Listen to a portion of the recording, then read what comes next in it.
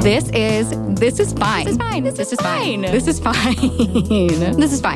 This is a poor substitute for therapy, but an excellent substitute for other podcasts. We're not like other podcasts. Join us as we find the answers to the universe's biggest questions like, is butter a carb? Does crying burn calories? And what the fuck am I doing with my life? We're here to be your part-time therapist, astrologer, concierge doctor, and fairy godmother. Do you need someone to validate you today? Cool. Come on in. We're fine. This is fine. Bonjour, my babies. Welcome back to this sparkly hot pink corner of the internet. And though podcasts are a lot about listening, today's episode is about smelling, an olfactory journey. We're talking about fragrance, baby. Perfume is exploding in popularity, and as we've said on this show before, knowing your favorite notes is akin to knowing your big three in astrology. Your cosmic signature, your fragrance signature. We're cut from the same cloth here. But despite the capacity to enjoy fragrance, figuring out what you like and what you want to wear can be a daunting task. In Fragrantica's Perfume Encyclopedia, there are nearly 100,000 perfumes listed. There's a lot to navigate here. We also got a ton of listener questions on Instagram about perfume, especially because today's perfume authority is the founder and nose for Filigree Shadow, the American niche perfume house based in Seattle, James Elliott. I am personally so honored to have James here with us today to teach us a Perfume 101 and tell us his own story of his journey into fragrance. Without further ado, let's get him in here. Okay, welcome, James. Thank you so much for being here. I am personally so honored that you are here today on This Is Fine. We like to start all of our episodes with a little check-in.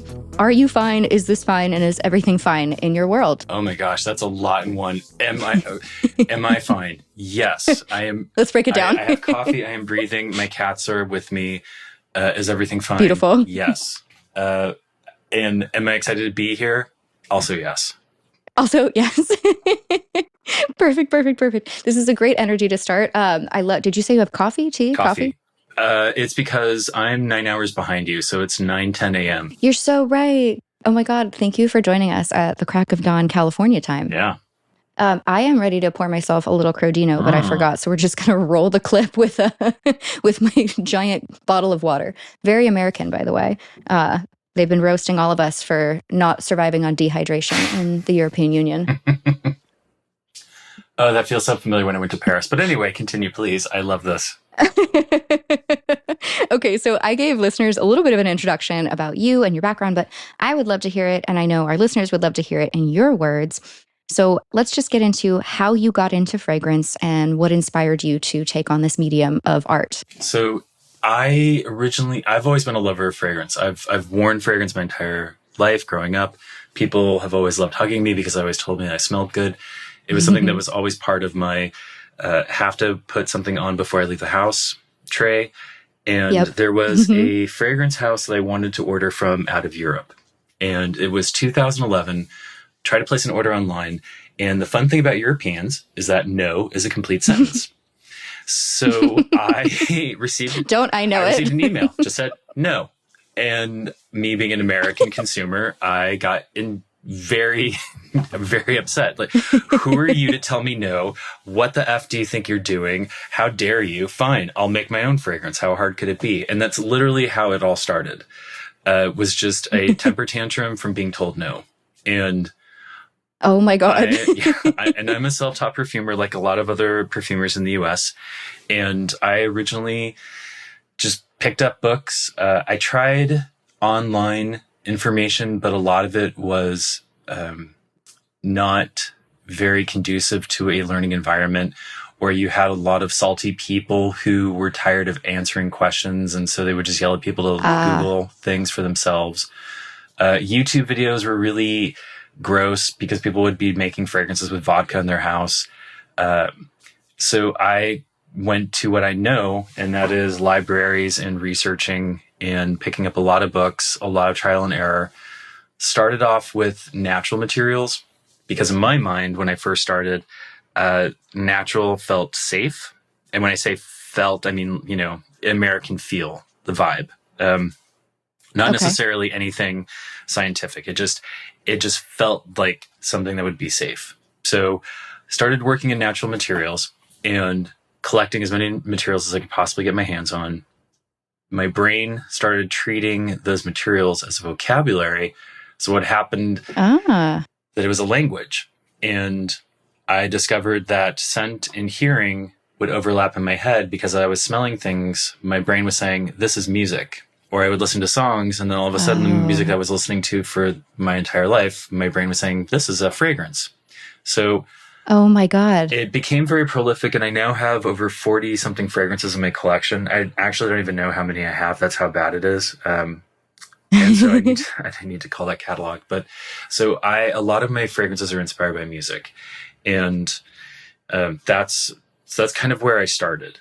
And then in 2007, and then I launched online in 2015 in December. I started selling to the public in 2016. And then I had a perfumer turn me on to this really cool musk that smells like hot iron. And whoa, yeah, it blew my mind. It was watching her dip a strip of paper into alcohol. And so I'm watching her do this. And so it's just alcohol evaporating on a paper strip.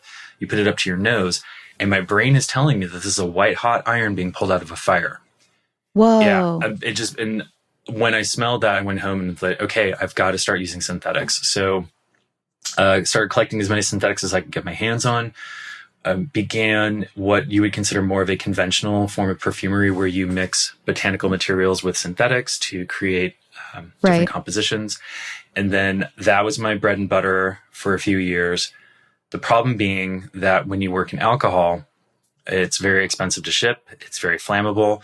And a 15 milliliter bottle of my eau de parfum was $59. Shipping that was $125 internationally. So lost a lot of sales. And I had a woman, she fell in love with one of my fragrances at an event, and she wanted 250 bottles for her wedding, which made me super happy. Oh my God. Which, yeah, I mean, who wouldn't love to hear that? But then she immediately said, I'm going to put this in my suitcase and take it back to London.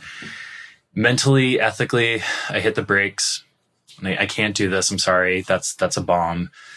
She got very upset. Oh, shoot. Yeah. With alcohol. Yeah. Right. And so it was the European no being delivered to a person face to face, and she got indignant and was like, what do you mean no? And I'm like, well, that if you're not telling anybody that you're putting 250 bottles of a perfume in your suitcase, that's a felony. That's a bomb.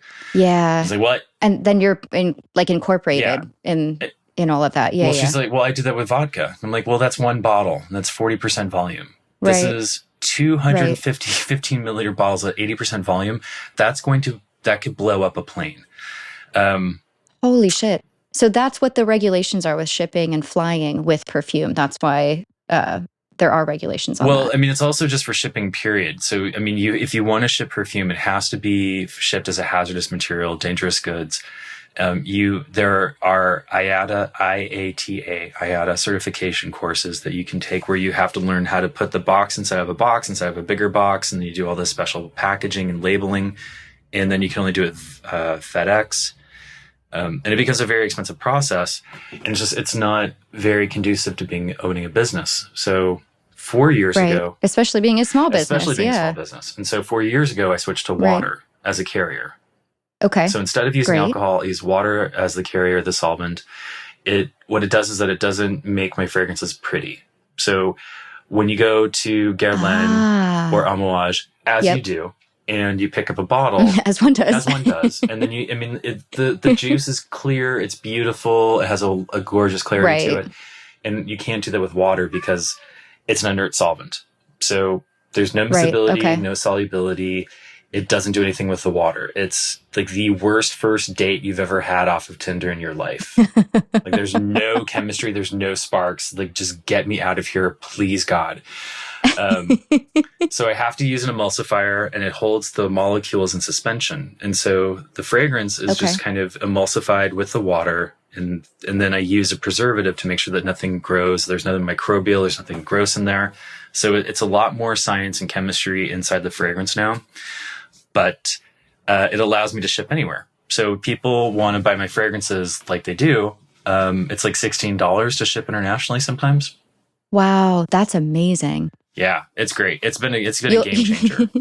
you'll pay more than that in the tariffs when you receive a package internationally. That's wild. Let's not talk about VAT in the EU.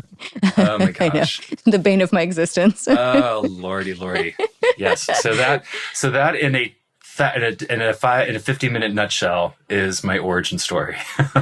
Incredible. Thank you. And I'm so glad you also in this background brought up the topic of water perfume, because I think it's something, it's also how we connected. It's something that's being talked about more and I think used more in perfumery. Have you noticed that yourself? So there's not a lot of perfumer. That's a great question. And there's not a lot of perfumers who use water yet. Only because for the consumer, when they look at that fragrance, and sometimes people come into my store and they'll say, why does everything look so weird? Ew, what's that? What am I touching? Like, what a lovely way of addressing you. Well, and you just kind of, you go to art school, like you're dead on the inside, like nothing can touch you anymore. It's fine. But I mean, I think that that's also the hurdle for a lot of people. So you have fragrance houses, what they'll be smarter to do is to put the fragrance inside of an opaque bottle so that you can't actually exactly see what I was going to ask. the juice itself. Yeah. Yeah. Which is it's just a smart thing to do, because I think that a lot of people, when they see the juice for what it is, and then they're like, I don't know about this. But also, I think that people really love the sillage that comes from an eau de parfum. And alcohol does that for you, because it gives you that beautiful lift, and water can't do that because it's an inert solvent. So when you're spraying a water-based perfume, you're not getting so much as announcing yourself as you are enhancing yourself. Ooh, I love that angle though. Like, what a beautiful spin too. Yeah, right? Self-enhancement. Yeah, I mean, so the longevity is about the same as it would be for any other fragrance, but just that the sillage, it's different because because water just doesn't operate the same way that ethanol does. That makes sense. Okay, well, it makes sense to me. I would love to actually go back to the word sillage, because part of what I wanted to do today was explain some perfume vocabulary. Can you give like a basic explanation on sillage for our listeners? Yes. So I love that word. And it's probably one of the few French words I can pronounce correctly. So sillage, meaning wake, is where that is what people love about fragrance. Well, as if you're not abusing it. If you can apply a few spritzes to the air and then you walk into it, and then just kind of lays on your clothing, your skin, your hair, and then you're walking around everywhere, alcohol will, as it evaporates, will lift the fragrance and make it diffusive around you. And so that is the sillage. And so when you're walking behind younger gentlemen who might coat themselves head to toe in Axe or, something they picked up at Aldi, and then they're 15 meters ahead of you and your eyes are bleeding, that's because the sillage from that fragrance is so strong, it's just overtaking your nostrils and your eyes. But a more thoughtful, demure person will be cognizant of everyone else around them and say, I'm just going to spray maybe 2 or 3 times, and you still have a really lovely sillage. And then you walk past somebody and you think, oh my gosh, they smell so good. Okay. Yeah. It's a fine balance. I think it's a delicate line to toe. Well, I think once you reach a certain age, then I think that somebody's kind enough to tap you and say, don't do that. Just don't. Let's scale back a little bit. Well, it's funny because that was actually one of our listener questions that was submitted. I'm just going to read it because it made me laugh. All right. From one of our listeners, what is the optimal number of spritzes to make the scent last but not be obnoxious? I don't know if you can tell, but this came from a Virgo. Optimal number of spritzes, last but not be obnoxious. 24. And no. So I please don't do 24. Please don't. Please don't. So I would say I think it just depends on what you're wearing and what you're looking to do, which that sounds like a cop-out, but hear me out. So if the weather outside is going to be wet and rainy, you're going to have a lot of moisture around you. It's not going to make it as easy for people to if you want people to smell what you're wearing, you would kind of have to do a little bit extra of a spray to get people to pay attention to that, because there's so much going on around you, and the water that hits the ground is lifting up things off the ground. And so you're competing with nature. And And also, if you're wearing a lot of different layers, and like the more layers you're putting on, it just it dampens the ability for the fragrance to kind of lift off the skin if you're just spraying directly on your chest or your arms or what have you. I like to tell people that if you have a fragrance that you enjoy wearing, you could do maybe 2 spritzes on your chest, maybe 1 along your forearm. And then if you wanted to do an additional layer, you could do your hair, you could do a scarf, you could do your outer jacket. I really don't suggest doing more than that because, again, I think it's really important to be very aware of your surroundings and the people around you. And that I think we all, for the most part, can appreciate fragrance, but I think that there are people that do have sensitivities, and you don't want to offend anyone. Exactly. You don't want to give someone a migraine, speaking from experience. Oh, I know. That's the worst. Yeah, so I agree. I loved to share that. I think it is, like you were saying, kind of like part of your outfit, part of how you present yourself, part of the experience of like giving someone a hug is like that nice smell. I have a very strong connection to scent memory. I think it's a beautiful way of storytelling, but at the same time, like I was saying, towing the line, the very delicate line of sharing the experience while being mindful of the sensitivities, allergies, all that. Oh, absolutely, 100%. I think also for a lot of people that they tend to wear these fragrances that have very big molecules, and so they think that everybody in the world should smell them. And when you're in an elevator and you can smell the person next to you, and then they leave, and then you can still smell them, that's just too much fragrance. Sometimes it could just be because the juice is so strong that you really should just only be doing 1 spray. Yeah, that brings up another great question for like basics and vocabulary.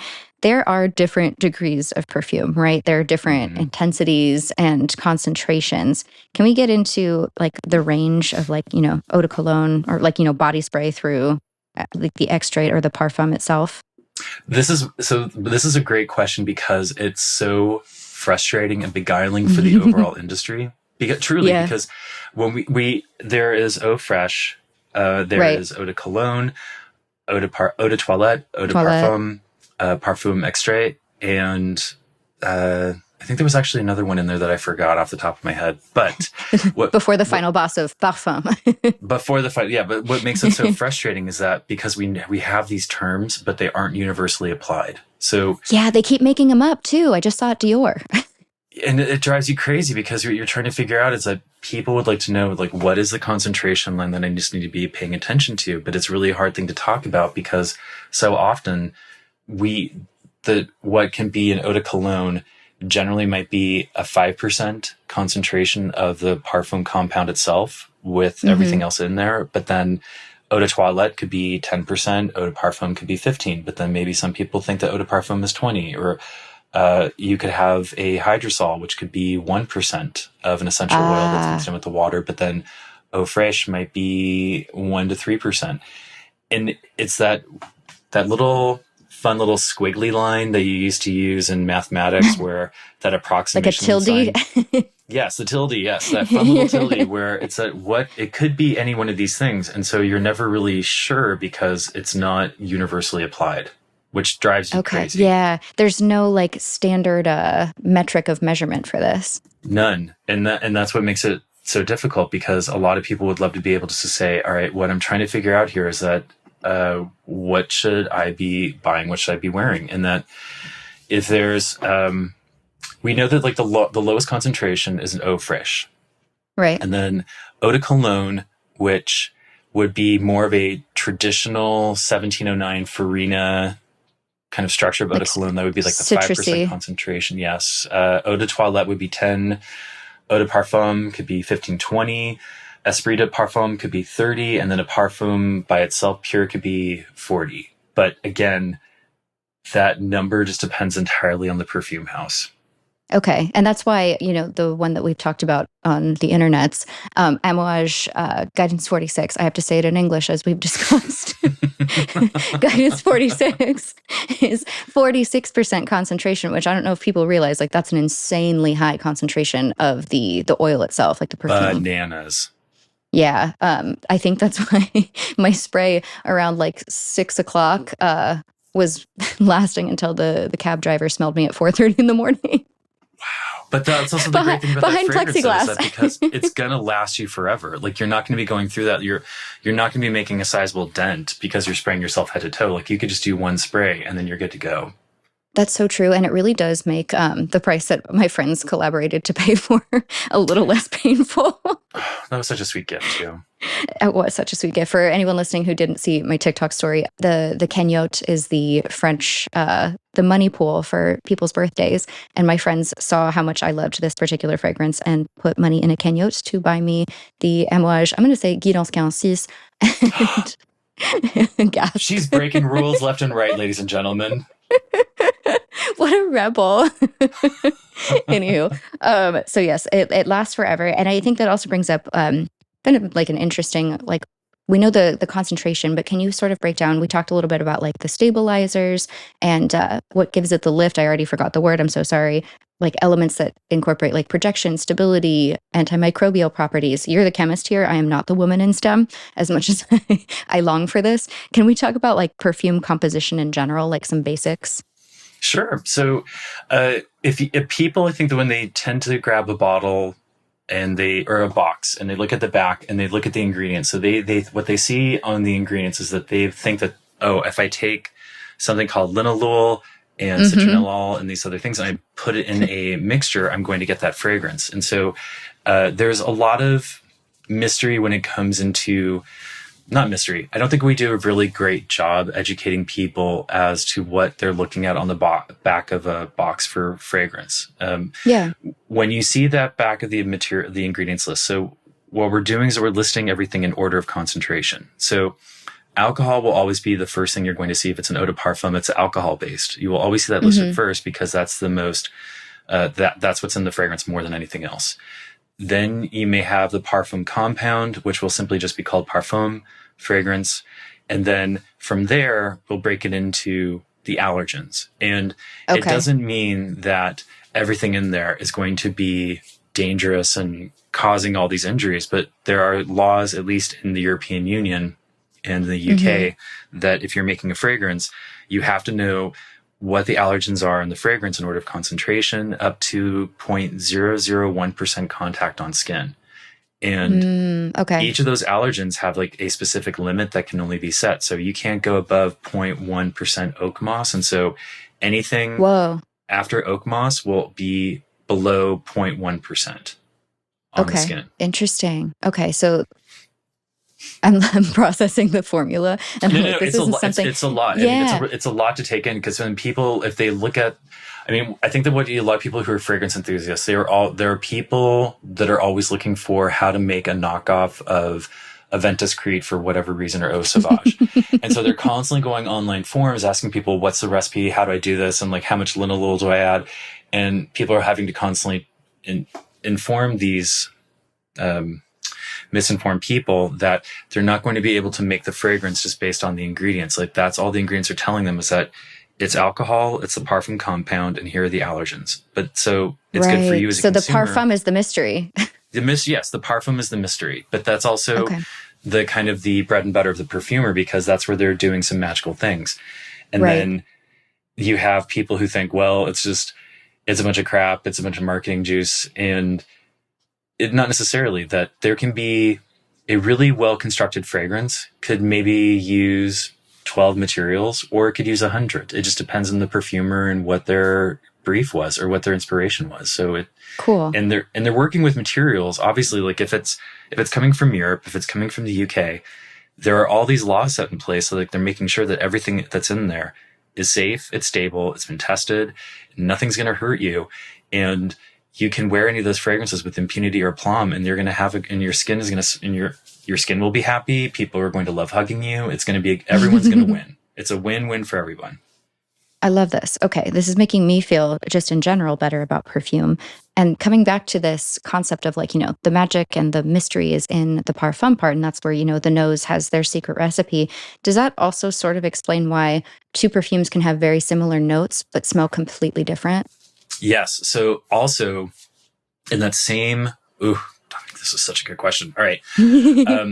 Because people also think that if a fragrance is eau de parfum or eau de toilette, that it can also necessarily mean that the concentration of parfum is lower or higher.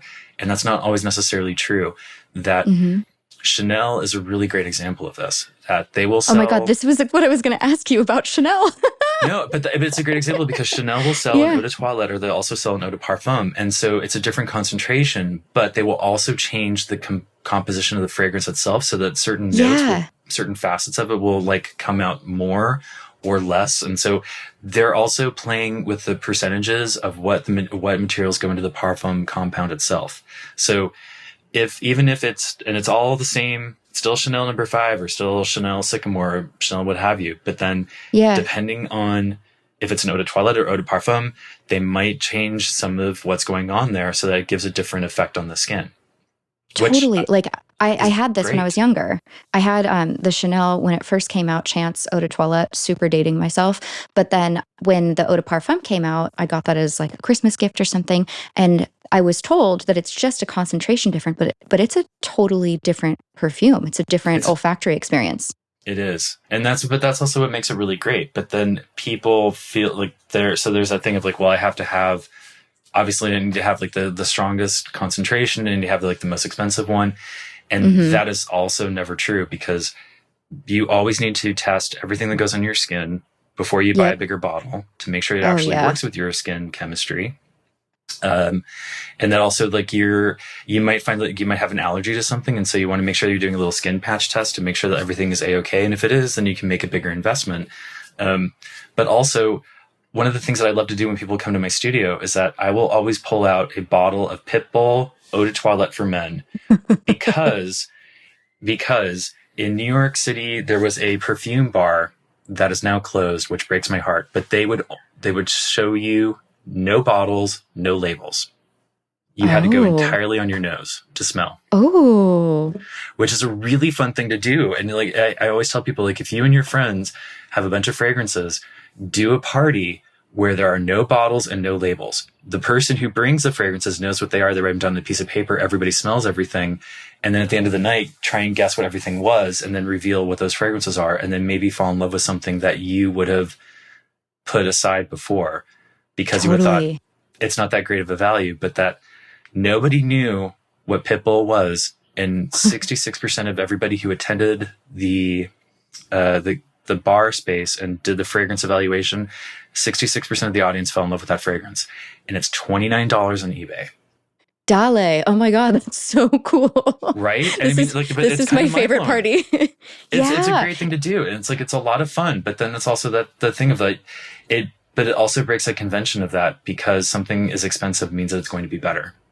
So true. This is, you're going to love this one. When I was in like 6th or 7th grade, we had to do like something that tested using the scientific method and our hypothesis. And my hypothesis was, I guess my question is Chanel mascara actually better than drugstore mascara, or is it just marketing? Is it worth the price? This is like what 11, 12-year-old me really wanted to do. So my like trifold board for like the science fair, I turned it into like a vanity with like light bulbs around it and had like the mascaras glued to it. And I'm like, oh, this lasted just as long, or this didn't last I couldn't tell you what the results were, but I really wanted to know if I was being hoodwinked by really good luxury marketing from an early age. So I love this concept.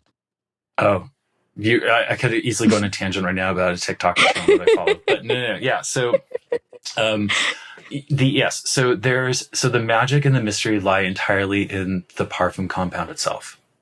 Okay. And then the parfum compound, is it all oils? You're talking about, natural materials and synthetics. What does that look like? Ooh, good question. You brought the good questions. Okay. I'm so curious. No, I love this. Okay. So, when I talk about botanical materials with people, that's when we're focusing on leaves, flowers, twigs, stems, sticks and twigs. Yeah. Sticks and twigs, resins, what have you. So like those are all the botanical materials. So sandalwood, vetiver, oak moss. Now those can be done in a steam distillation for an essential oil. They can be done where you're pressing the citrus rind itself and then you're expressing the oil from just like squeezing the rind out. So like bergamot, orange, lemon, grapefruit, yuzu. Then you can do enfleurage, which is the traditional French process of taking flowers, pressing them into cold fat, changing out the flowers periodically, and then the fat is charged with the scent of the flowers, and then you wash that with ethanol, and then you get a pomade, and then that's what gives you the fragrance concentration. There are supercritical carbon dioxide extractions where carbon dioxide is frozen to a point or brought down where it's supercritically cold and it becomes liquid. And then you run that through the raw materials and you get this extraction of a fragrance material. And then when the carbon dioxide is brought to, no longer freezing temperature, it becomes a gas. So you're left with this beautiful material that you can use for making perfume. There are absolutes where you will take roses, jasmine, narcissus, gennet, any number, generally like a lot of flowers. You'll run that through a solvent like hexane, and then it creates this really big concrete of waxes and scent compounds and materials. And then you wash that with ethanol to remove all the impurities, and then you're left with the absolute, and then that's what you would use also in perfume. So those are all the botanicals. And then that's incredible. Naturals might be like civet, where you would express the glands from the civet musk from Ethiopia, and then you could use true civet paste in a lot of niche perfumes.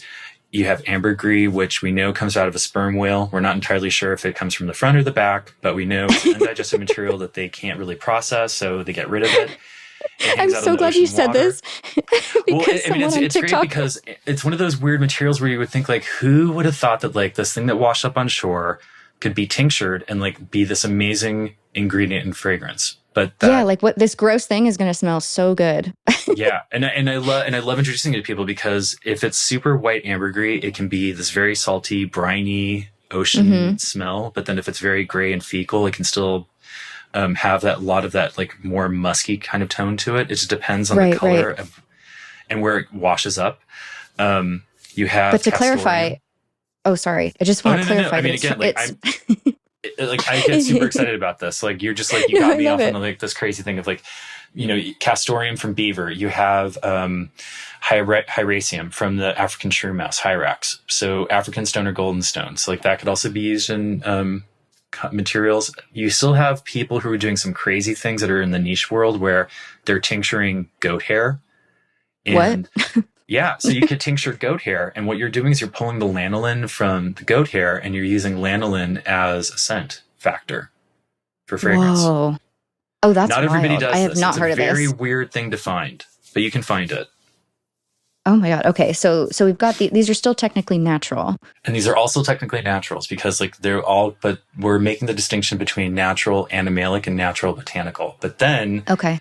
You get into synthetics, and synthetics is a really awesome world because then you have just this endless library of different compounds and alcohols and terpenes and pure and just true molecules that can represent any number, depending on how they're configured with the organic chemistry, they can do any number of things. You could have a milk lactone, you could have a musk that smells like hot iron.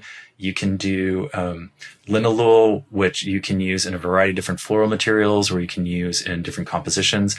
It's mind-boggling what synthetic chemicals can do. But when people hear the synthetic or they hear chemical, they think it's bad, or it's dangerous, or it's cancer-causing. And I cannot emphasize this enough, that in the EU and in the UK, there are so many safety laws and regulations put into place for consumers that a fragrance that's made in the EU and the UK, it has to go through strict testing, strict regulations, strict laws, and then only when it passes and meets all these requirements, only then can it be sold directly to consumers. It's a very much safer market than anything sold out of the US.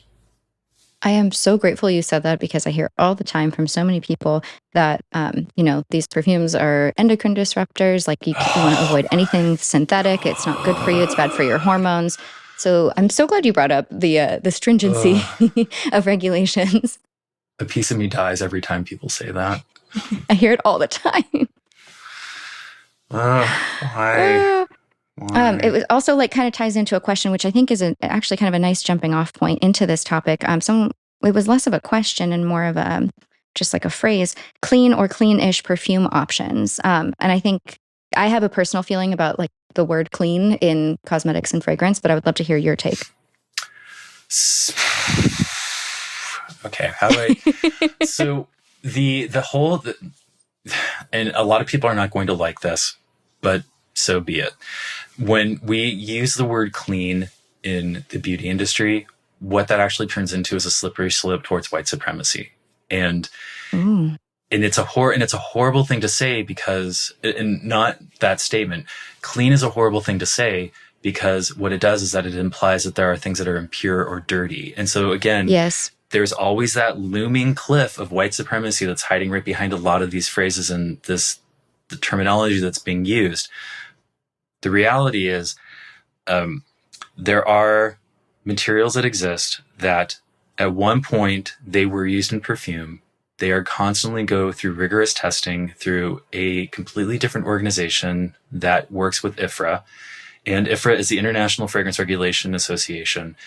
There is another party, RIFM. I know I probably got that wrong, so it should be RITM. But IFRA and RIFM will work together and say, hey, we have this question about musk xylene. Is this something that we can, or muscatone or like xylene, are these things we can use? They do some testing. They're like, nope, these are bad. And these are they're going to be cancer causing, carcinogens, do not use them. And IFRA says, say less. And then they go back and they release their standards and they say, hey, if you're using those materials, they are now prohibited. Get rid of them. Or if you're using these other materials, they're restricted. You can only use them up to X%. But we had, for whatever reason in the United States, because it always comes from great old USA, people saying, these things are causing cancer. And what about my babies? And what about the children? And none of these things are true. That the amount of materials that would have to be present in these fragrances would be so toxic, you could not even put them on your skin. So the fact that people are saying, yeah, this musk is going to be an endocrine disruptor, you can't be careful. If you want to accept that, cool, but then you're not going to be able to use musk ambrette seed, which is a botanical material that's used as a musk substitute because it contains natural amounts of ambretolide, and that is a musk. And if we're going to go down this road of endocrine disruptors, well, then you can't use musk ambrette because it's going to do some damage to you. Or if you're going to say that this other alcohol terpene is cancer causing, great, but you're not consuming 1,000 pounds of it at one time to do any damage to your body. Right. So the poison's in the dose. The poison's in the dose, but it's also that the poison's in the dose, but there's also organizations and there's regulations that exist to make sure that these materials are always kept in check and they're always limited as to what is allowed beyond safe levels, which makes a lot of perfumers mad because there are people who still scream that I should be able to use whatever amount of oak moss I want to, or I should still be able to use fig leaf or use bergamot without having anything pulled out of it. And that I would say back to those people that these are design constraints, and that part of your job about being a perfumer is that being able to create something that's really beautiful with constraints around you. And if you can't do that, then you're not really a perfumer. Ooh, burn. But I love it. But I think that a lot of other perfumers would agree, because it's that's part of what it's a challenge, but it's a design challenge, and that's what your job as a perfumer is meant to do. Okay. I love this. And I love that it does kind of give like an element of safety to anyone listening. Like, you don't need to be super afraid of perfumes if that was a concern in your mind at all. Oh gosh, no. I think if anything, like you should be more concerned about perfumes made in the US than you would ever need to be concerned about perfumes in the UK or Europe. And that's a big statement coming from someone who makes perfumes in the US, but you adhere to all the standards overseas, which is lovely. Well, only because we don't have any regulations. Yeah. The US is wild, wild west. So if something happens to you, your only course of action is a lawyer. Gosh. Assuming that you have the time and material and the time and resources to do that. So Congress passed the Modernization Cosmetics Regulation Act, MOCRA, and it was supposed to go into effect 2023. But that a lot of people still don't understand what they have to do as a perfumer in the US to meet those regulations. And so a lot of people just don't do anything, where I'm a very big advocate for transparency so that you as a perfumer, it's your responsibility to let your consumers know your ingredients and the allergens and list that information on your packaging, provide safety information, a way for people to contact you. And if you aren't doing that, you should not be selling to the public. And if the public can't get that information from your brand, they should not be buying from you. Yep. So this concept of like quality and ethics behind a brand brings me to another listener question, actually. How can like a newbie to this space differentiate between a good quality perfume, a good quality brand, and something that might be poor quality but overpriced? Ooh, so well. Okay. No pressure. No. I'm trying. So there was a young perfumer who started during COVID and I think I know who you're talking about. And quickly released a line of fragrances where apparently they were also online bragging that they were using candle oils or fragrance oils in their perfume, or they were using certain materials at twice the regulated allowance for dosage. And obviously that's not a good thing to do. And they were also charging through the wazoo for their bottles. What wound up happening is that a person on a live stream on their TikTok were testing the fragrances, and then in real time experienced contact dermatitis on their skin. And so everyone's watching this young man's skin blister. Yeah. And it's really scary. But I think it calls to that point of that but a lot of people put their trust in this brand because he did a really good job talking about himself and marketing himself online. And because he was charging so much for his fragrances, I think that a lot of people have this mindset that if it's more expensive, it has to be better. And, right. And those are the things that always get you caught up in trouble, because in the United States, because a lot of people, so much of us are self-taught, that the Dunning-Kruger effect is real at any given time. And people will make mistakes because they don't know any better, or they think they know everything. And what winds up happening is that those mistakes can have some pretty costly penalties associated with them in terms of like they can do some damage to people's skin. So real harm. So what we need to do as perfumers is that we just need to do a better job of educating ourselves. And so that it's constant continuing education, learning how to do things better. For people who want to know how to find something better, the best thing you can do is that you can just sample fragrances. Just like trial and error, test them. Trial and error. Don't blind buy bottles. Even if like people on TikTok are like, oh my gosh, this thing is so great and it's going to smell so yummy. Like you don't necessarily know if those people are being paid to talk about these things, if they got these things that are gifted, if they just want to make themselves seem palatable so other brands send them free things. Don't believe fragrance influencers necessarily. Yeah. Don't believe me also, because I'm a golden retriever and I like a lot of stuff and I won't talk about something unless I like it. So everything's positive coming from me. But I know. I said, I was like, oh, I just like did something really mean to Dominique. But like, no, that's not. I don't think it's mean either. I'm like so serious. You make really great recommendations, but I don't think you've ever told people like go out and buy a bottle of this right now. Run to Guerlain. Don't walk. Run to Guerlain and get yourself a bottle of this right now. You've never. No, I only tell that to myself. No, in the comments you're like, oh my god, I can't believe that was $500. But I think for a lot of people, it's buy samples, try things out, do a spray test, and then see how it wears. Yep. Regardless of price, if it's something that makes you happy, not if it's mid. If you're just like, that's not for you. If it truly makes you happy and just like fills you with joy or like gives you that emotion that you're looking for, that's the fragrance for you. Love that. I also, tell me if you agree with me. I tell everyone who I take on a perfume tour here, which is my personal shopping thing that I do for my friends. I tell them all to never buy the day you first smell it and the day you first wear it, because I like the concept of dating a perfume.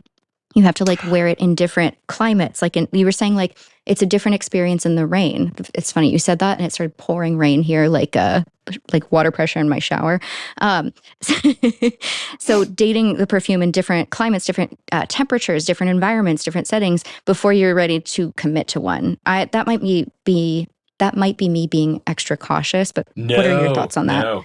I 100% agree. No. Seriously, I 100% agree with you.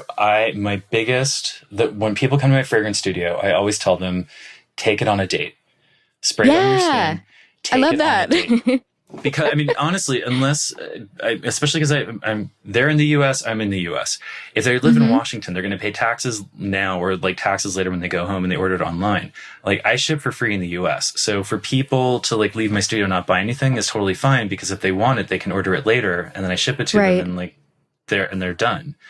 But the whole idea that if you're spraying it for the first time and you're putting it on your skin, you haven't really done yourself the due diligence because you're only maybe you're only smelling the top notes at that given moment.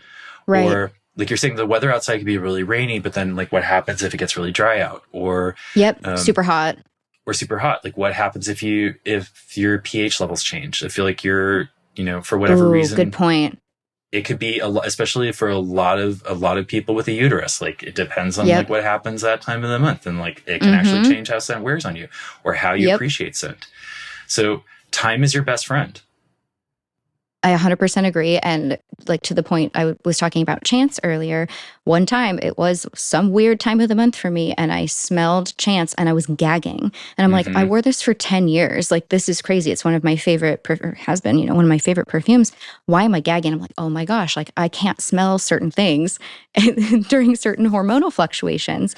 And then you brought up the point about your pH changes in your skin, which also leads me, you keep coming up with these segues, how welcome. Scent can, welcome. Welcome to the pinball machine of my brain. The pH and the skin changing the fragrance. Okay, I have two questions here. One, sometimes I've smelled things on a piece of paper and in a bottle, and I'm like, that's gorgeous. And then I put it on my skin and it almost smells fecal, like so bad. And then two, sometimes something smells great on me, but then terrible on another person or vice versa. Like my mom can wear something, it smells beautiful, put it on me, same kind of thing. Like it just goes to like almost like bitter, sour place. And I can't figure that part out. I know it's just because like people's skin tends to be different, but do you know the more scientific reason behind this? I wish I had a more scientific reason to give you. Honestly, it's that if you think about your genetic markers. So your nose is going to pick up things differently than other people. And it's like the same way of that where cilantro can be soap or can be an herb for people. I'm a soap girl. Yep. Yeah. Like sweat is also one of those same things. For a lot of people, sweat can be, if you're walking by somebody, like somebody just left the gym and they're super sweaty and you could be like, oh my God, they smell like urine. Other people could be like, that is the sweetest vanilla I've ever smelled in my life. And I want to climb them like a pole. And it completely depends on your genetic markers. Okay. So it's more your scent experience. But it's also, what are you eating? So for some people, I mean, if you're eating, cause I've read and I've heard from people in the Asian community, like when they experience like white people, they're like, you smell like cheese. You smell like dairy. Yeah. It's kind of weird. Butter. Yeah. Butter. And it's a weird thing to smell. But I think it's also like, what you put in your body comes out through your skin. So like I love a lot of spicy food. And so like if I'm eating cumin, like cumin is going to be going out my skin at one point or another. And so depending on the diet, depending on your body care products, what you wash your clothes with, the environment that you live in, all of those things play into how scent is going to wear on you or how you're going to smell it off other people. And going back to the paper strip is that anytime you put fragrance on a mouillette and then you're smelling it, like that mouillette is a piece of paper. It is specially made to have for the fragrance. It has none of your attributes, it has none of your character traits, none of your personality traits. It's just a piece of paper. So even though something smells really great on paper, I will always tell people in my studio, you have to spray it on your skin because it's going to be completely different on you. And I can't even tell you how many times I've broken people's hearts because they love something on the paper. They immediately put it on their skin. They're like, I have to wash this off right now. Yeah, I've been there so many times. Like the Dries Van Noten one that everyone's obsessed with right now. I loved it like at the opening of the bottle and spraying it on the little mouillette. And then on my skin, I was like, oh, it smells almost rancid, like an expired sugar or something. Mm-hmm. And it's really heartbreaking because there's so many times where you want people to love everything that you do, but then not every fragrance is meant for everybody. It's so true. I feel like there's a dating metaphor in here. Like he's good on paper, but it's just not clicking. I think if we can figure that out by the end of this episode, you could have a really good trademark. Oh my gosh. And This get is that on like a our t-shirt. perfume dating show. Maybe this is Yeah. the start of a new project between us, of perfume dating. Yeah, a new game show. I have done Smash or Pass on this series before. Perfume Smash or Pass. I'll have to link to that. Oh my gosh. Okay. So, and similarly to perfume smelling differently on you based on your pH, what you're eating, what your body care is there a way to change your skin, I guess, or make your perfume last longer? Do you have tricks for this? So I think it also depends on how you like to layer. Depending on what you're wearing. So depending on the fragrance house you're buying from, if they have a soap because like I make soap for a few of my fragrances. And so if people are really obsessed with a certain fragrance, I will tell them like, hey, buy the soap, because it's not going to be the same concentration on your skin, but it's going to have like a lingering scent there that just kind of stays on your skin. And then you can use that as a base to layer on top of. There are other fragrance houses that they will make an entire suite of body care products where you can truly layer all that on you if you're really obsessed with that fragrance. Or what you can do is simply just put it on your hair, spray it on your scarf, spray it on your outer clothing, because then it can still stay on you. But because your body heat isn't driving the fragrance off of your skin, that you still have the preservation of that fragrance on you, because it's, your body's not working against it to push it off. Because so your true. skin, like you're a walking body bag of heat. And so you're constantly pushing the volatility of that fragrance off of your skin. And so that's why it's never going to really last. But then if you're putting something on your outer jacket or a scarf or your hair, the fragrance will stay longer and it will last longer because, again, your body heat is not trying to like push the fragrance off of you. That makes so much sense. I literally just unpacked some of my winter coats and scarves and all of that, and they still have the fragrance from last winter when they were put away. So it really does. It traps the scent. It really does. It makes a huge difference. But I think that's also people have to be if you're not into a layering kind of person, or if that's not kind of really the environment that you live in, then there's other ways you can work around it. But I would always tell people that don't be afraid to spray your clothing, as long as it's not going to stain it. Like if you're wearing something where it's like, this would stain it, like, then don't do that. And if you're using like a really oily perfume, like a higher concentration, like that 46%, I'm not going to spray it on my clothes because I know it's going to leave a mark. Yeah, well, the oil fragrances are always a little bit difficult because oil fragrances, because if the oil is the solvent, the carrier, it doesn't have any lift that alcohol does. It doesn't have any lift that water does. And so all it's going to do is it's just going to kind of maybe dampen the fragrance, or like just kind of tamp it down a little bit on the skin. So you're going to be more of like people are going to smell it on you when it's more intimate. If anyone's close to you or they're hugging you, that's going to smell like an oil-based fragrance. Okay, skin scent. So it's a skin scent, but like once alcohol is that solvent, then like it just kind of lifts off the skin, and like people will just be able to smell you more. So that there's that oil base is going to be a good hug. Water base will be pretty close to you, and then alcohol is going to be pretty far from you. Okay, that makes sense. Like that Castle has the most sillage. Yes. The sillage, the projection, the scent trail. That makes sense. Mm-hmm. In terms of discovering a signature scent, do you have any advice on where to start? Like what step one might be for someone who's totally new to this? Don't do this unless you're truly like, unless you're going to go out and hire someone to create a bespoke fragrance for you, where it's your signature scent and only your signature scent. Don't. It's a huge investment, and people, and it sounds like a really weird thing, because the thing is that once you start buying it, like people will hit me up all the time. They're like, I fell in love with this fragrance, and they don't make it anymore. It's like, well, that's an opportunity for you to buy a new fragrance, to discover something new.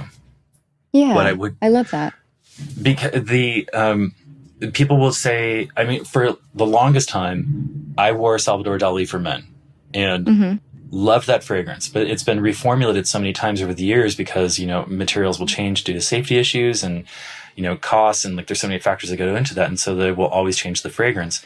It doesn't smell originally how it was created. And so then you have to find something new because you're going to spray it on thinking it's the same thing. And it's like, no, it smells different, or you've gotten older and your tastes have changed. So why chase something that is ephemeral? So true. And why limit to one thing too? Yeah.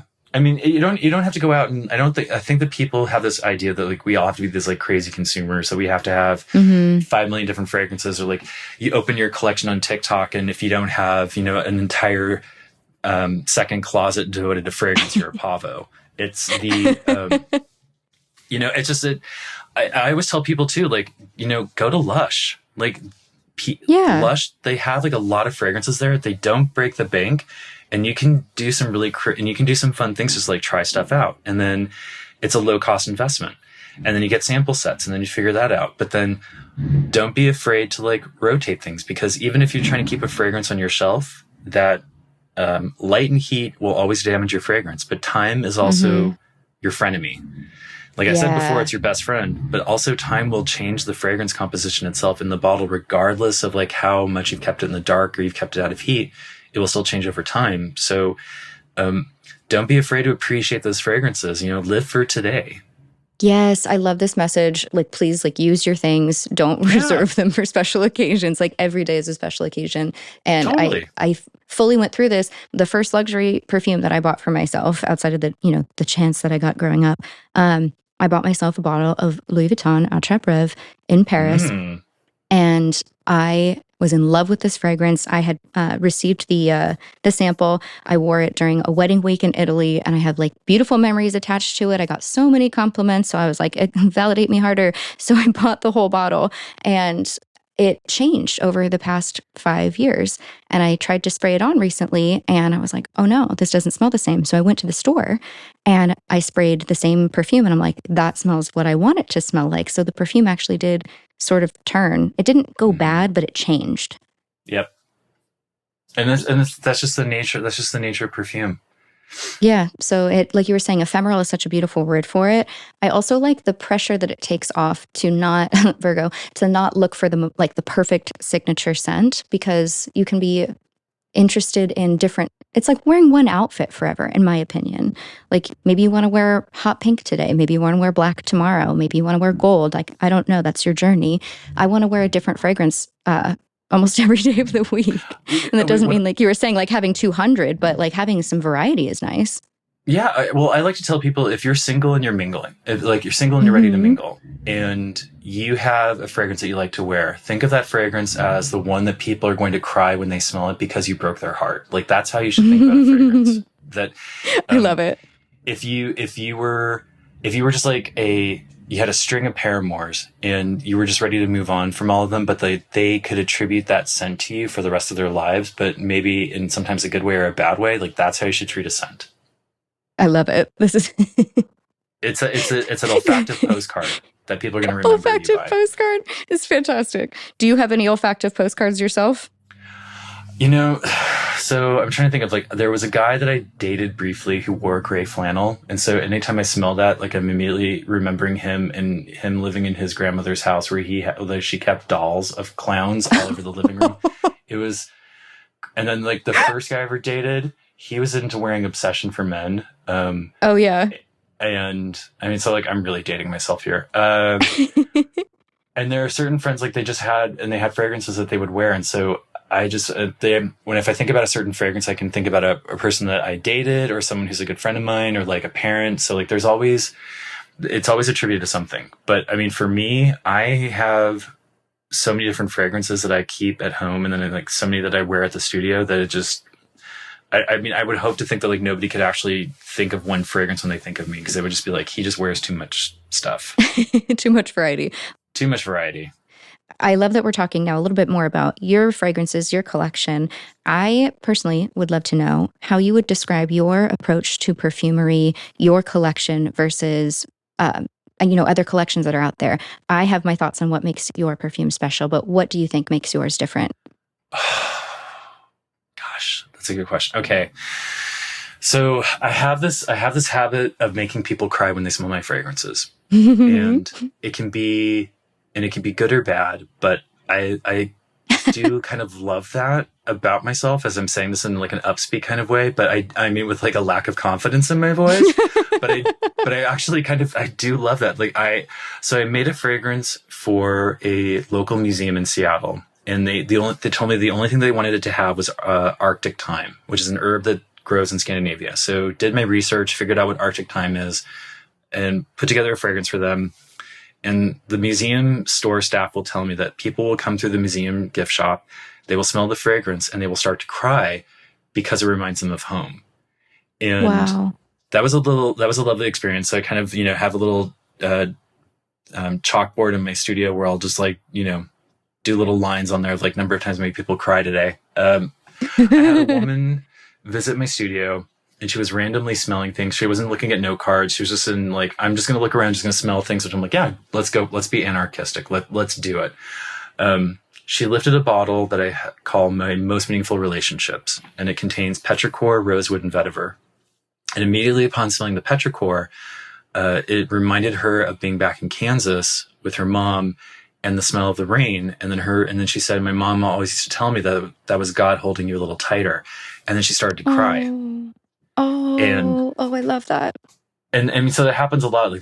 There are fragrances I've made where people will smell and they start to cry, and they will tell me that, or they will be in my presence and they have to step outside for a minute or two to gather themselves up and then come back in. So I think that that's something that I'm kind of proud about. That I had a fragrance editor say that there's a touch of melancholy in my fragrances, and I think that that's what makes my work different from everybody else. Yeah, you're taking people on a very emotional journey. I personally have found your fragrances to be very artistic, what I would probably also call haute couture versus ready to wear.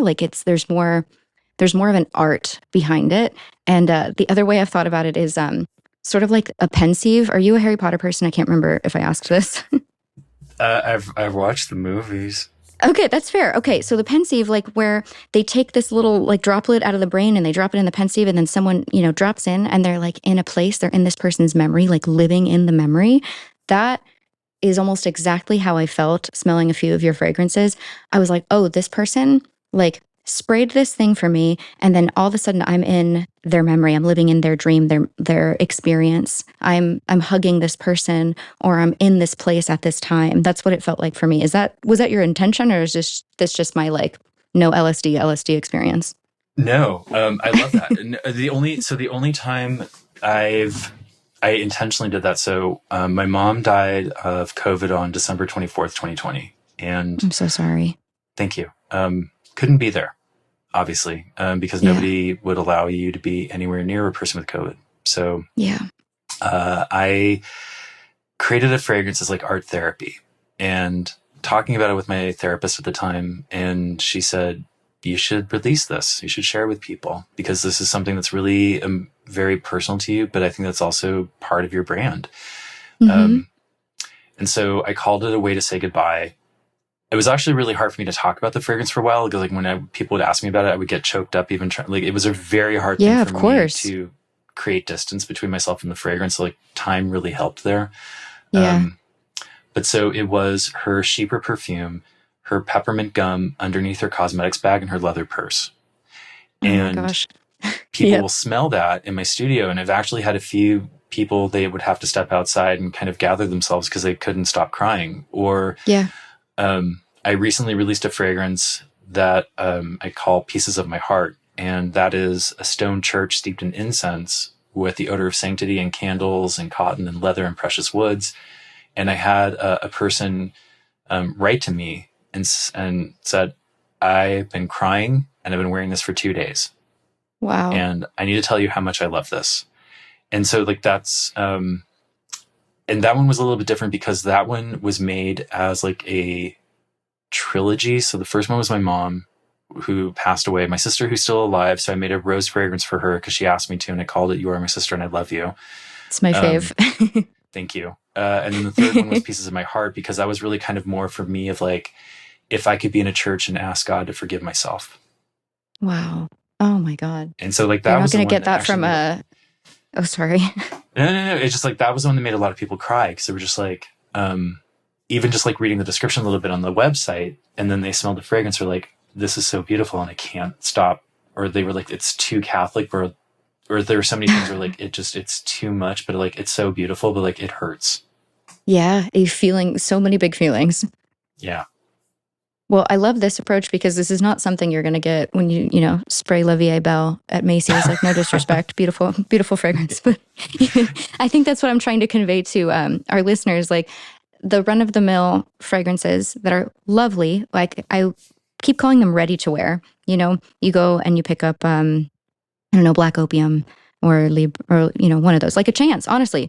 And you have like, oh, that smells nice. But then what I experienced with your fragrances was I really felt a story and an emotion. And You Are My Sister and I Love You literally did make me cry. And I'm like, how is this happening? Like, I don't know how it has transported me to a memory. The other one was Laughing with a Mouthful of Blood, which I need an explanation on this one.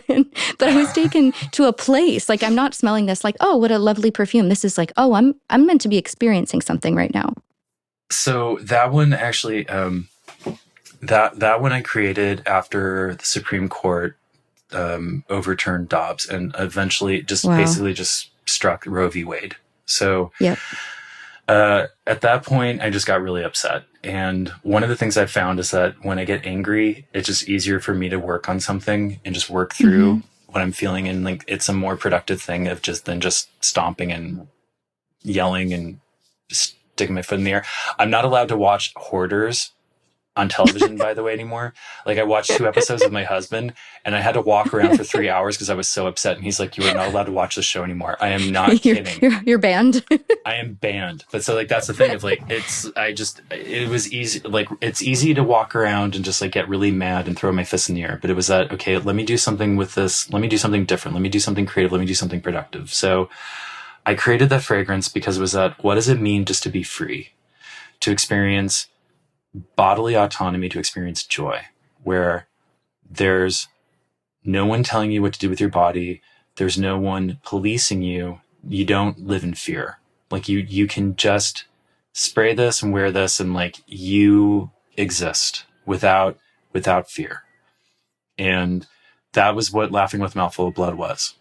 And the proceeds from that one specifically. So I split that between the Bridget Alliance, which is a national abortion network in the United States, and an LGBTQ youth services center in Nashville, Tennessee called Oasis Center, where they work specifically with young kids who need a place to go to be themselves, especially because in Tennessee, they have the worst laws on the books for the LGBTQI Two-Spirit really plus do. community. Yeah. And so it really helps those kids. And so like the organization, they are constantly sending me letters, like thanking me. They've sent me photos of like their queer prom, and like, you just see the joy on these kids' faces. And it makes me so happy. Like, I get tears of joy when I just watch those kids and they're so happy. Like I'm actually getting choked up right now, just like talking about those kids. But yeah, like that was for me just like it's a fragrance of joy. But for a lot of people, they're like, banana, pineapple, and cola bubblegum is joy. Yeah. I'm like, I know, it's weird, but it works. I had no idea about the story. Now I'm getting choked up about its connection to the causes. And I had no idea. But when I smelled it, I was like, this is making me feel something. Like I am supposed to be like in a place. Like I felt emotions that don't have words. And I had no idea that it was connected to this and something that, as you were speaking this, like, what does it feel to have that freedom, that bodily autonomy? And oh my gosh, sorry, now I'm too emotional to speak. No. So this is the funny thing, that if we were talking to Europeans, they would burn me with a cigarette. They would be like, you are not a perfumer. And it's true, because like you go, like this is what I love. Like European perfumers are like, if you're in the United States, you are not a perfumer. One of my friends who went to Versailles, they called her a sparkling nose. Like, stop it. They will do anything but acknowledge you as a perfumer because like you did not go to school. Oh my God. You don't have any certification. You have no degrees. Like you have no pedigree. Like you are not a perfumer. You might make fragrance, but you're not a perfumer. Right. Oh, and it's so snobby. Like I could go. I could be on a plane tomorrow to Paris. I could walk into, I could go to Grasse. I could go to Versailles, like anywhere, and say, like, I'm a perfumer in the United States. And they'd be like, get out before I call the police. If you ever set foot in here again, I'm going to burn you with a cigarette. Oh my God. That's so French. Oh my God. Right? But I love that though, because it's true, because like they will refuse to acknowledge you. They're like, no. Oh yeah. No. They gatekeep the shit out of stuff here. They truly do, in the best way. I love that we can have a good roast about it and still not feel insecure about being American. Oh God, no. I mean, like, my French is horrible. So I went to It sounds Paris. good so far. Well, no. So I went to Paris in 2005, and my high school French failed me miserably, and it was insufferably hot, and it was September, and I was on the Champs-Élysées, and I needed a coffee, and it was like, God help me. I'm so sorry. Forgive me for what I'm about to do. And I walked into the Starbucks. No. and I grabbed a Frappuccino. And when these stares, the icicle, the daggers that came out of the French people's eyes as I walked down the street, and it was like, oh my God. Désolé, désolé, désolé. I'm like, I can't help it. It's so refreshing. It's so refreshing. It's so refreshing. I wish you knew the beauty of ice, all my fellow French friends. Oh no, I know. But that was the thing of like, now my husband and I, we went back to Paris, I want to say 2011, 2012, and it was also June, and made the mistake of wearing mixed fabrics. I will never do that again. Oh no. Never. After that trip, every time I go to Europe, it's always linen. Always. Oh yeah, it's too much in the heat. I don't care if a linen shirt here will cost me $1,000. I will invest in that $1,000 shirt and wear the hell out of that thing. Because like when I go to Europe, I can walk around. I'm like, I don't feel a thing. Right. Am I also drunk on 5 glasses of Sancerre Blanc? Yes, but I Absolument. don't feel a thing. That's my summer uniform. I wear a tiny linen mini dress, and that's it. Let me tell you that, but the French know what's up. Like, you hang out in those cafes underneath the summer sun, and you just have like a Sancerre Blanc. You just like, everything is beautiful. It is so lovely. It's one of my favorite things of just like being, like just literally just existing. Like, you have a nice drink, you have a table, you have not a care in the world for at least a couple hours. Yeah. And I'm not trying to pass myself off as French. Like, I mean, they'll take one look at me and they'll be like, American. But I mean, I will walk into a boutique. I will say bonjour. I will say merci, au revoir. I will be very polite. And for the times I didn't know French very well, I walked into the Galerie Lafayette. I just like pointed objects and I handed my credit card, and we understood everybody understood what was going on. It was like, I want that. Here's some money. The universal language of commerce. And they said, here you go. Merci. And that was great. And we were done. Beautiful. But I mean, you're getting by. It's la politesse. Like, you say bonjour, you say merci, and that's like, honestly, and s'il vous plaît. But that's all they're really looking for, is like that intro bonjour. You don't even have to ask them how they're doing. They actually think that's pretty weird. And then you're good. I watched a server at the cafe by my house say bonjour to a couple like 8 times before they registered that like she was waiting for them to say hello to her.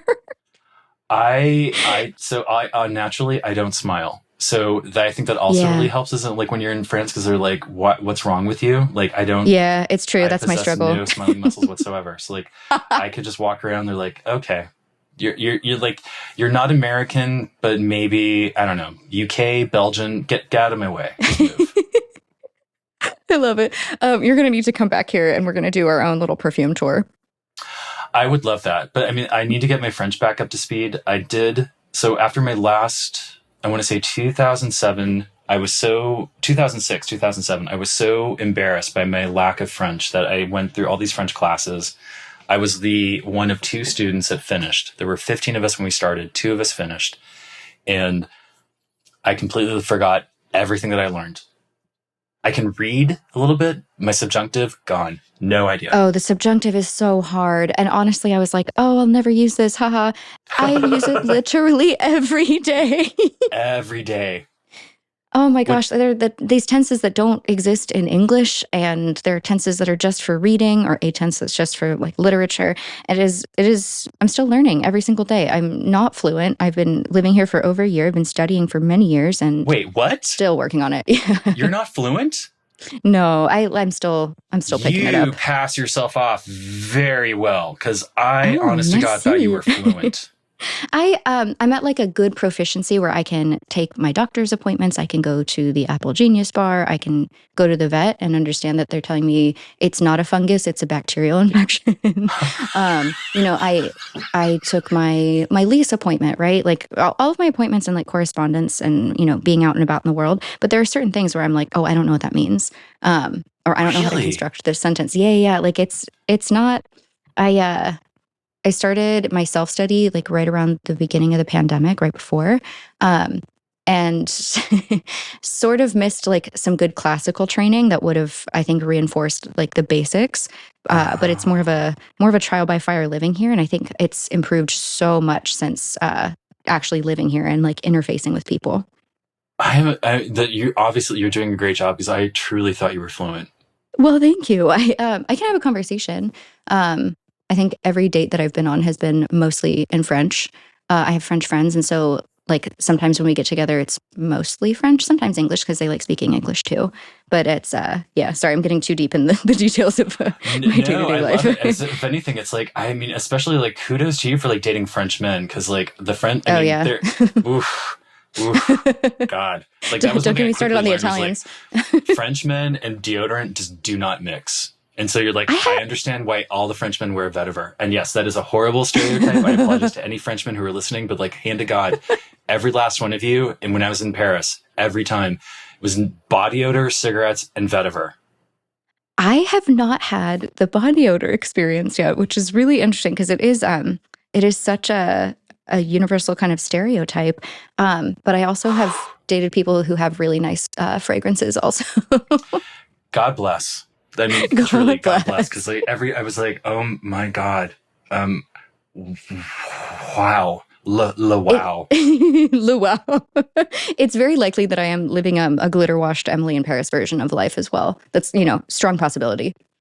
I think that's also really fascinating that you watch Emily in Paris because I think that's actually how they wanted people to pronounce it, but it just turned out to be Emily in Paris. And everyone's like, I didn't know you're supposed to say that in Paris. No, she can't even say it that way. Like the fluidity of like Emily in Paris, and everyone's like Emily in Paris. Because I've never seen the show, but like, is it good? Oh, it's no, it's so bad. I just love it. No, it's terrible. I can't get my brain to watch reality TV. I know a lot of people are like, oh, it's nice because you can turn your brain off. My brain turns off so hard that I can't even focus on it. I'm doing anything but watching the show. This is a version that, I don't know, it's like a step above Hallmark movies and a couple steps below Sex and the City. So it's sort of like a hybrid. And for me, that's my version of I can turn my brain off and watch something silly. And there's like, beautiful scenes of Paris and a ridiculous plot. I don't know. It does something for me. See, I'm like that, but with the horror movie As Above, So Below, which is why I only went to the catacombs once. I don't need to go back again. But like I watched that movie over and over again so many times. It's like literally like my background noise. Oh, the scariest movie I've watched recently is probably Maze Runner. Shut up. I am so scared of like the world that I don't need to be more scared. Like I can't do Runner? more. Oh my I know, gosh. I'm Okay, kidding. we are never seeing movies together. We're never can't go seeing to the movies movies. together. I did actually with one of my best friends. She does like horror movies. She was like, okay, we can watch like a not scary movie, and then we'll watch like a happy movie for you. It was like Halloween season, right? And so we watched Jennifer's Body, and I was scared shitless. And I was like, we need to we got to put on all the lights in the house, and we got to watch Practical Magic now because I have to heal my brain. Oh my God. Yeah, she's a gentle, a fragile creature. Okay, yes. All right. So when I go to Paris, we will go perfume shopping and we will do nothing else. We'll do perfume, we'll have wine, we'll go for a walk with your dog, and then that's it. Yes. Okay. We can eat food, we can go to a museum, whatever you want, but scary stuff, I'm out. The Catacombs, the only reason I wanted to watch that movie, and I haven't yet, is because of Francois Civil, and I think he is so fine, and I'm like, oh, I would watch it for him, but then I'm like, no, I'll have nightmares. Like, I'm reading ACOTAR, and I'm having nightmares from ACOTAR. I don't know if you're familiar with this, but it's not really a scary book. Like, oh my God. That's like saying like you're reading Proust and like I can't go back till I can't open the second volume. No. Yeah. No. Yeah. So yeah, now you know a little bit more about the fragility of my mind. Okay, so we'll walk past the Trocadero, but we'll not look at the cemetery. We'll just like turn our heads from it. Like we'll just look only at we'll just gaze upon the Eiffel Tower and won't even look at the just cemetery. The Eiffel Tower. Yeah. She's a sweet summer child. This one. I'm talking about myself in the third person. At least I know myself. I'm like golden retriever, sweet summer child, like such a gentle girl. Like no, I love so it. Scared. Like, listen, live your truth. That's what this is all about, right? Right? Oh my God. Okay, James, this was truly, and I don't say this lightly, an honor. Thank you so much for being here. You have shared so much knowledge, so much expertise, and so much of your joyful personality. I did not know you liked horror movies. You've shared so much of yourself. I will never send you clips. I will respect that and part of you. And like, I will only send you Emily and Perry clips from now on. I'm like, I gotta have something happy, something romantic, something that makes me, I'm here for the ha-has and the ahs. So that's the vibe. Oh, okay. Well, no, I mean, truly, this was a lot of fun for me. Like, merci beaucoup. Oh, y a pas de quoi. Merci. Thank you so much. And we would love to have you on the show again if you're up for it in the future. I would love that. Yeah, if anybody else has any other questions, if they're like, this was weird, don't ever do this again. But if they're like, yeah, let's do this again, like, let me know. Love it. Thank you. And we'll see you on your show. That was such a doozy of an episode. I would have kept him here another hour if I could, if it was legal. I hope this piqued your curiosity and interest as much as it did mine. I hope you learned a lot about personal fragrance, perfumery, the science behind the artistry. It is such a beautiful medium. If you would like to experience James's collection, Filigree Shadow, which I highly recommend, I've linked to his website and social media accounts in the episode description and show notes. He has crafted such beautiful works of art in olfactive form. I hope they capture your emotions the way that they have mine. His rose fragrance, You Are My Sister and I Love You, is the most photorealistic, raw, real rose scent. You can almost taste and touch the petals. I can't truly explain it in words. I had a visceral, embodied, emotional reaction when I first smelled it. I hope you love it as much as I do. Head his way to support a beautiful small business, queer-owned, vegan, and cruelty-free, with proceeds from many of his perfumes going to wonderful causes like he mentioned in the interview. I also got the chance to be a guest on his podcast called OMG, We Should Totally Do a Podcast. That episode just came out, and I have linked to it in the show notes, so you can listen to that, and you can listen to us chat even more if you would like. We will see you here next week for some more astrology. It has been too long since we've had Shannon on the show. I cannot wait for you to hear her end of the year cosmic update. I am sending you so much love. Gros bisous. I'll see you next week. À bientôt. Bye. Thanks for tuning in to this episode of This Is Fine. I've been your host, Dominique Michelle Astorino. We're based in San Diego, recording in studio at DLI Productions in Paris, Pacific Beach, with Emmy Award-winning sound designer Dan De La Isla. This is a comedy and advice podcast, but for legal reasons, this entire podcast is a joke and none of it is medical advice. To download the transcript or learn more, visit thisisfinepodcast.com.